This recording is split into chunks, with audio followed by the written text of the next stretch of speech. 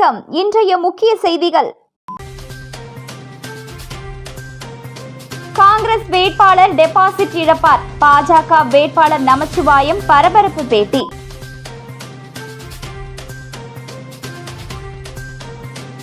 சட்டமன்றம் கூடும்போது முதியோர் உதவித்தொகையை உயர்த்தி அறிவிப்போம். முதலமைச்சர் ரங்கசாமி பேச்சு.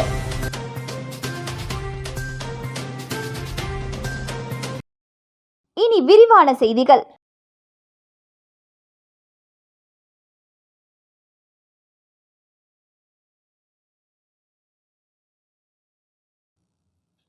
புதுச்சேரியில் கடந்த நாடாளுமன்ற தேர்தலின் போது காங்கிரஸ் கட்சிக்கு பணியாற்றிய சட்டமன்ற உறுப்பினர்கள் மற்றும் முக்கிய நிர்வாகிகள் தற்போது அக்கட்சியில் இல்லை. எனவே காங்கிரஸ் வேட்பாளர் வைத்தியலிங்கம் டெபாசிட் இழப்பார் என பாஜக வேட்பாளர் நமச்சிவாயம் தெரிவித்துள்ளார்.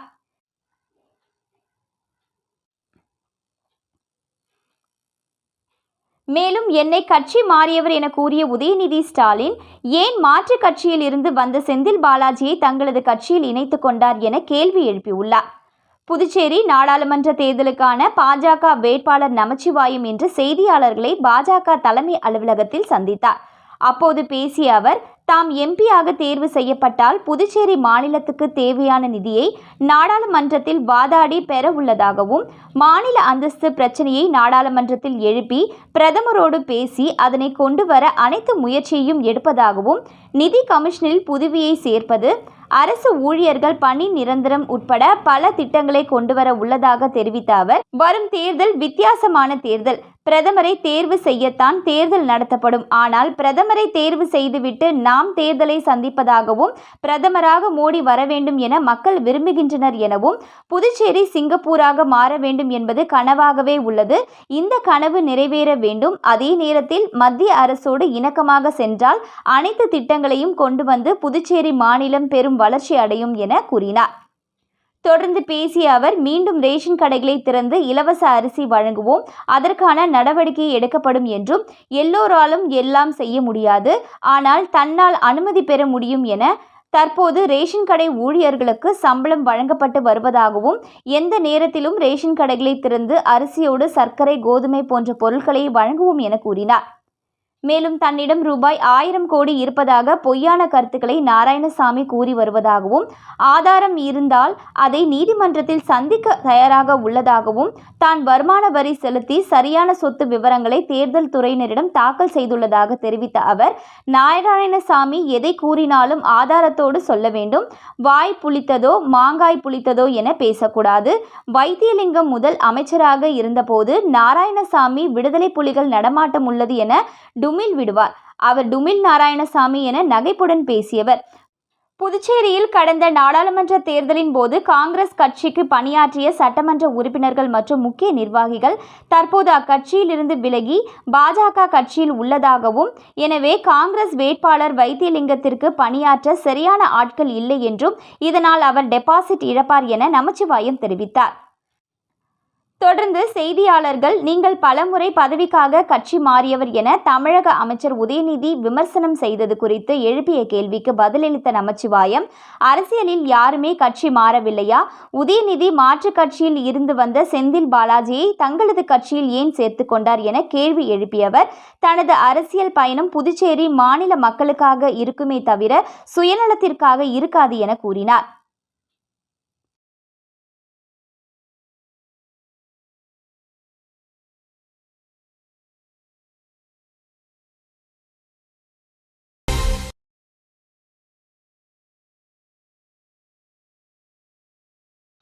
விழுப்புரம் மாவட்டம் ஆரோவில் அடுத்த மொரட்டாண்டி பகுதியில் அமைந்துள்ள 72 அடி உயரம் கொண்ட பிரத்யங்கரா காளி ஆலயத்தில் உலக நன்மை வேண்டி நடைபெற்ற தேய்பிறை அஷ்டமி பூஜையில் கலந்து கொண்ட 10க்கும் மேற்பட்ட சீன பக்தர்கள். விழுப்புரம் மாவட்டம் வானூர் அருகே உள்ள மொரட்டாண்டி கிராமத்தில் அமைந்துள்ள உலகிலேயே உயரமான 72 அடி உயரம் கொண்ட பாதாள பைரவி மகா பிரத்யங்கரா காளி ஆலயத்தில் நடைபெற்ற தேய்பிறை அஷ்டமியை முன்னிட்டு ஸ்ரீ பிரத்யங்கரா காளி வீதி உலாவும், அதனைத் தொடர்ந்து யோகினி பைரவ பலி பூஜை, குருதி பூஜை நடைபெற்றது. வாழை மரத்தில் ஸ்ரீ பிரத்யங்கரா காளியை பூஜித்து அன்னையின் உக்கிரத்தை சாந்தப்படுத்த குங்குமத்தினால் செய்யப்படும் பூஜை, ஸ்ரீ விநாயகர் பூஜை, புண்ணியாக வாசனம், கலச பூஜை, காய்ந்த மிளகாய் கொண்டு ஸ்ரீ மகா பிரத்யங்கரா ஹோமம் உள்ளிட்ட பூஜைகள் நடைபெற்றது. இதில் ஜப்பான் நாட்டிலிருந்து சிவ ஆதீனம் பாலகும்ப குருமணி அவர்களது தலைமையில் ஜப்பான் நாட்டை சேர்ந்த 15 சீடர்கள் கலந்து கொண்டு வேத மந்திரங்களை முழங்கி சுவாமி தரிசனம் செய்தனர்.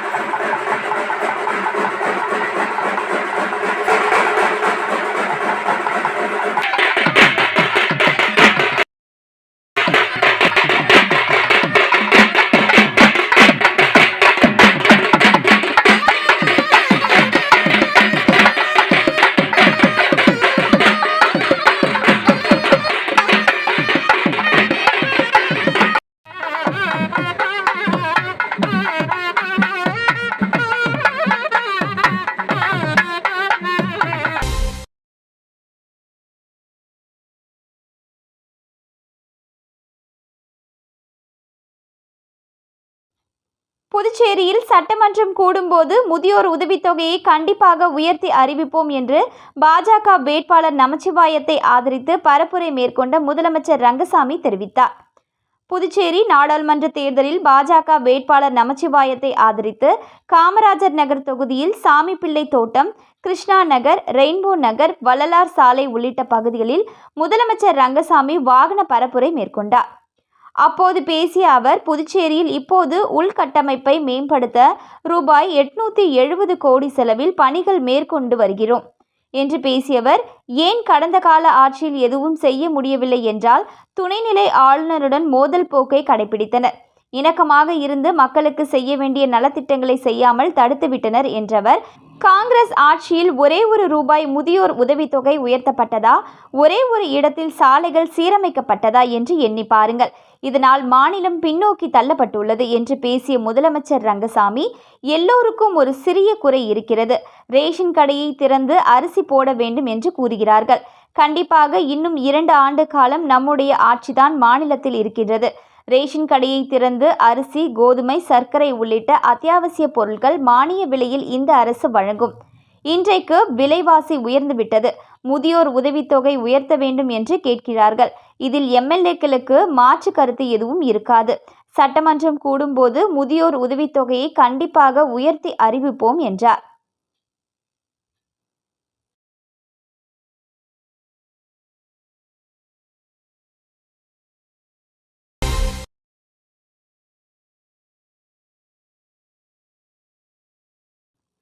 புதுச்சேரியில் போக்குவரத்து காவல் உதவி ஆய்வாளர் தூக்கிட்டு தற்கொலை செய்து கொண்ட சம்பவம் தொடர்பாக போலீசார் வழக்கு பதிவு செய்து விசாரணை மேற்கொண்டு வருகின்றனர்.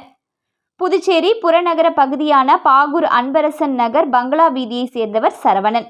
இவர் கிருமாம்பாக்கம் போக்குவரத்து காவல் நிலையத்தில் உதவி ஆய்வாளராக பணியாற்றி வந்தார். இவருக்கு அருணா என்ற மனைவியும், மருத்துவம் படிக்கும் சாருநிஷா என்கிற மகளும், கல்லூரி படிக்கும் நிரஞ்சன் என்கின்ற மகனும் உள்ளனர். இந்த நிலையில் சரவணன் கடந்த 4 நாட்களாக மன உளைச்சலில் இருந்து வந்ததால் பணிக்கு செல்லாமல் வீட்டிலேயே மது அருந்தியபடியே இருந்ததாக கூறப்படுகிறது. இதனிடையே மன உளைச்சலில் இருந்த சரவணன் திங்களன்று இரவு வீட்டு தோட்டத்தில் உள்ள வேப்ப மரத்தில் தூக்கிட்டு தற்கொலை செய்து கொண்டார். இதுகுறித்து பாகூர் காவல் நிலையத்திற்கு அளித்த புகாரின் அடிப்படையில் சம்பவ இடத்திற்கு வந்த போலீசார் சரவணன் உடலை கைப்பற்றி உடற்கூறு ஆய்வுக்காக கதிர்காமம் அரசு மருத்துவமனைக்கு அனுப்பி வைத்தனர்.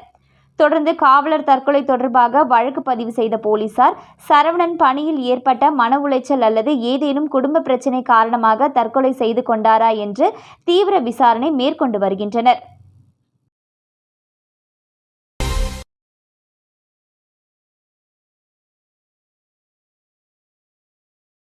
வில்லியனூர் தொகுதியில் தேசிய ஜனநாயக கூட்டணி பாஜக வேட்பாளர் நமச்சிவாயத்தை ஆதரித்து வில்லியனூர் பாஜகவினர் பிரச்சாரம் செய்தனர்.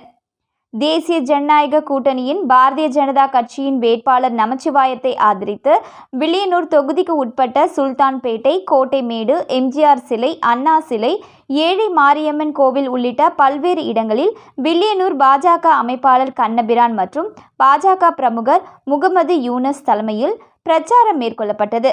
இதில் பாஜக வில்லியனூர் மாவட்ட தலைவர் அனிதா, மாவட்ட செயலாளர் கனகராஜ், மாவட்ட செயற்குழு உறுப்பினர் பாவாடை, திரைப்பட நடிகர் பாண்டி ரவி, பாஜக துணைத் தலைவர் செல்வம் மற்றும் கூட்டணி கட்சியினர் உட்பட ஏராளமானோர் இதில் கலந்து கொண்டு பரப்புரை மேற்கொண்டனர்.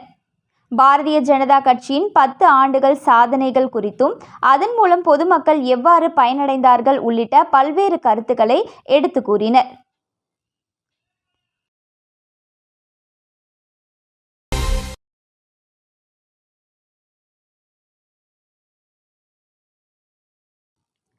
புதுச்சேரி வில்லியனூர் சட்டமன்ற தொகுதிக்கு உட்பட்ட பல்வேறு இடங்களில் புதுச்சேரி திமுக மகளிர் அணி சார்பாக காங்கிரஸ் வேட்பாளர் வைத்தியலிங்கத்திற்கு ஆதரவாக வாக்குகளை சேகரித்தனர்.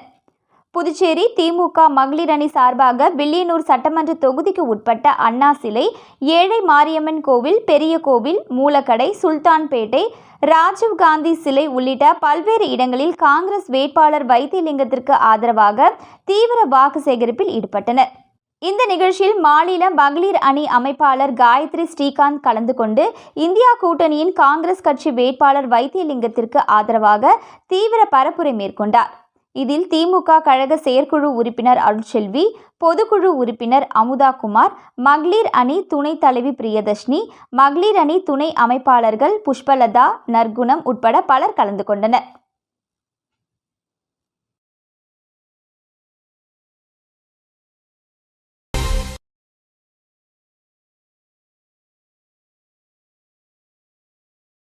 புதுச்சேரியில் அதிமுக வேட்பாளர் வாக்கு சேகரிப்பின் போது எம்ஜிஆர் பாடலை பாடியவாறு நடனமாடிய மூதாட்டிகள்.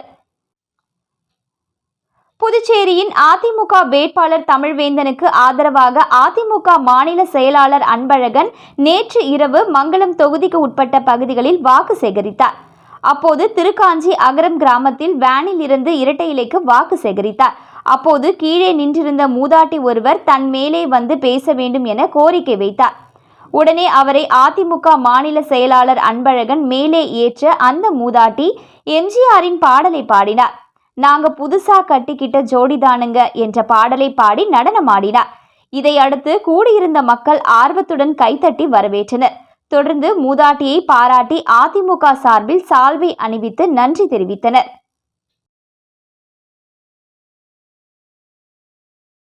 மீண்டும் இன்றைய முக்கிய செய்திகள்.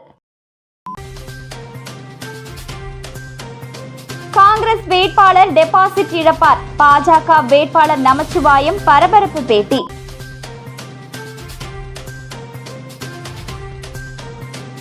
சட்டமன்றம் கூடும்போது முதியோர் உதவித்தொகையை உயர்த்தி அறிவிப்போம், முதலமைச்சர் ரங்கசாமி பேச்சு.